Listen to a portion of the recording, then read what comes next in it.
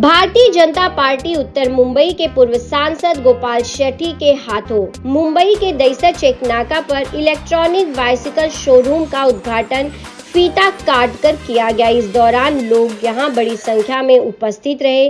वहीं गोपाल शेट्टी ने SS bikes और 3 व्हीलर्स इलेक्ट्रॉनिक बाइसिकल शोरूम के ऑनर को शुभकामनाएं दी भगवान गणेश की प्रतिमा देकर। वहीं इस दौरान गोपाल शेट्टी का भी स्वागत किया गया। साथ ही गोपाल शेट्टी ने पूरे शोरूम में घूमते हुए सभी गाड़ियों की जानकारी भी ली। वहीं मीडिया से बातचीत में उन्होंने इलेक्ट्रॉनिक बाइसिकल की बेनिफिट्स को बताते हुए नितिन गडकरी और प्रधानमंत्री नरेंद्र मोदी की चर्चा करते हुए आत्मनिर्भर भारत की बात करते हुए क्या कुछ बताया गोपाल शेट्टी ने। देखिए मुंबई की खास रिपोर्ट।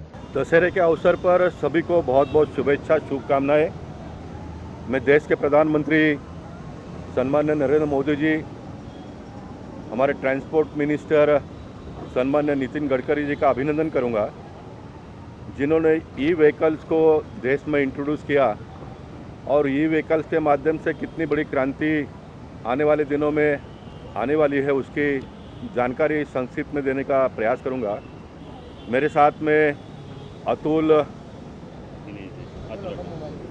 ऑटो के दिनेश जी यहाँ पर है। अहमदाबाद में इनका मैन्युफैक्चरिंग का यूनिट है।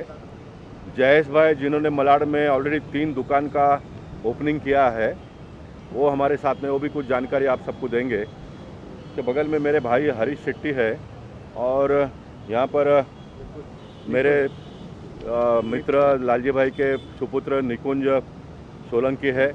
एसएस ई मोटर्स, एसएस म्हणजे यानी शेट्टी और सालुंकी है, दोनों ने मिलकर शुरुआत की है।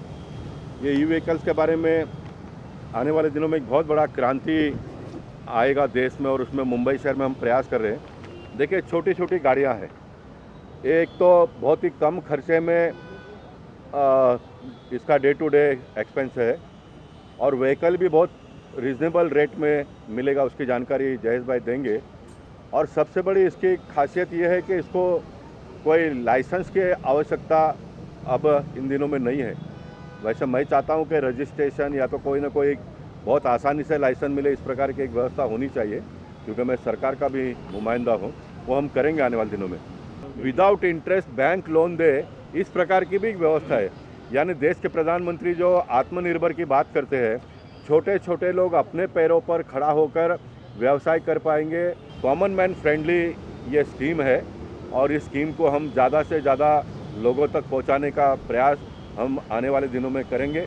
मैं फिर एक बार दशहरे के अवसर पर बहुत बहुत सबको शुभेच्छा देता हूँ। देश के प्रधानमंत्री नरेंद्र मोदी जी और ट्रांसपोर्ट मिनिस्टर नितिन गडकरी जी, महाराष्ट्र के मुख्यमंत्री एकनाथ शिंदे जी, उप मुख्यमंत्री देवेंद्र फडणवीस जी, अजीत दादा पवार जी, इनके माध्यम से आने वाले दिनों में अधिक से अधिक लोगों को लाभ मिले, इस प्रकार की एक व्यवस्था मुंबई शहर में और अगल बगल के जो परिसर है, उत्तन भाईंदर है, समझो ये नाला सुपारा, वसई, विरार, ये सारे जगह पर ये स्कीम को पहुंचाकर अधिक से अधिक लोगों को लाभ मिले, इस प्रकार की एक व्यवस्था खड़ी कर रहे हैं। जब मैंने स्टार्ट किया था तभी कोई भरोसा नहीं कर रहा था इलेक्ट्रिक बाइक का, मगर धीरे धीरे अभी सब में बदलाव आ रहा है और पेट्रोल का खर्चा इतना सब लोगों को परवड़ता नहीं है। तो वो हिसाब से इलेक्ट्रिक गाड़ी जीरो मेंटेनेंस है, पीयूसी नहीं है, लाइसेंस नहीं है, हेलमेट नहीं है। अभी गवर्नमेंट ने रूल्स लाया हेलमेट पहनने का, तो वो हिसाब से इलेक्ट्रिक गाड़ी काफ़ी सस्ती गिरती है और जीरो मेंटेनेंस है। इसके लिए अभी लोगों में बदलाव आया है। तो जो 2 साल पहले 2 गाड़ी जाती थी, अभी 10 गाड़ी जाने लगी है। पहले तो मैं सबको दशहरे की शुभकामनाएं देता हूं और अतुल के लिए बॉम्बे जैसे शहर में जयेश भाई के थ्रू,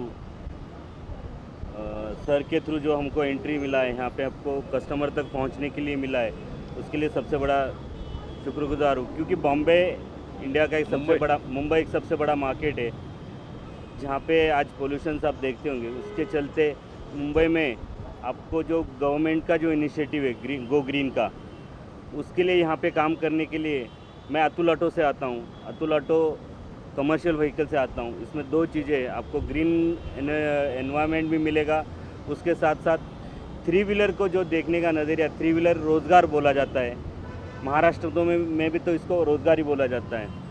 जब किसी को रिक्शा का परमिट दिया जाता था पहले, वो परमिट अभी थोड़े ओपन हो गए। 10 साल 5-5 साल परमिट नहीं रहा करते थे। परमिट एक रोजगारी था। जितने में परमिट मिलता था उतने में आज रिक्शा मिल रहा है। हाँ। इतना बड़ा बदलाव इतना बड़ा आया है। और अभी ये गाड़ी में परमिट नहीं लगेगा। एक जो बहुत सारा वर्क था, जो गाड़ी लेने के लिए रुका हुआ था, उसको एग्ज़ाम पास करनी थी, बहुत सारे रूल्स थे, आज वो इलेक्ट्रिक में नहीं है। परमिट की ज़रूरत नहीं, परमिट की कॉस्ट भी नहीं, जैसे सर ने बोला। आपको डायरेक्ट उतने कॉस्ट में सर चाहते हैं कि गाड़ी कस्टमर को मिले जितने की परमिट कॉस्ट है, और उतने में मैं सर को आश्वासन दूंगा कि उतने में पक्का मैं गाड़ी कस्टमर तक दे दूंगा। और उतनी कैपेसिटी में भी आमदनी भी उसकी डबल होगी। ये आपको इलेक्ट्रिक थ्री व्हीलर में ही पॉसिबल है, दूसरे किसी थ्री व्हीलर में नहीं है। ईंधन की आज कॉस्ट देखोगे, डीजल गया है 92 रुपीज़, पेट्रोल गया है 104 रुपये 5 रुपये। आपको गाड़ी रिचार्ज करने के लिए आपके घर का जो बिजली का बिल है वो 9 रुपये यूनिट से मिलता है अपने को।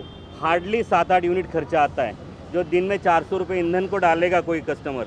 और मेरी गाड़ी अगर लेता है उसको 100 रुपये का सिर्फ इलेक्ट्रिक का बिल आना है। तो आज उसका धंधा थोड़ा कम भी हो गया तो भी उसको दिक्कत नहीं, उसके ईंधन में 200-300 रुपये का मुनाफा होगा।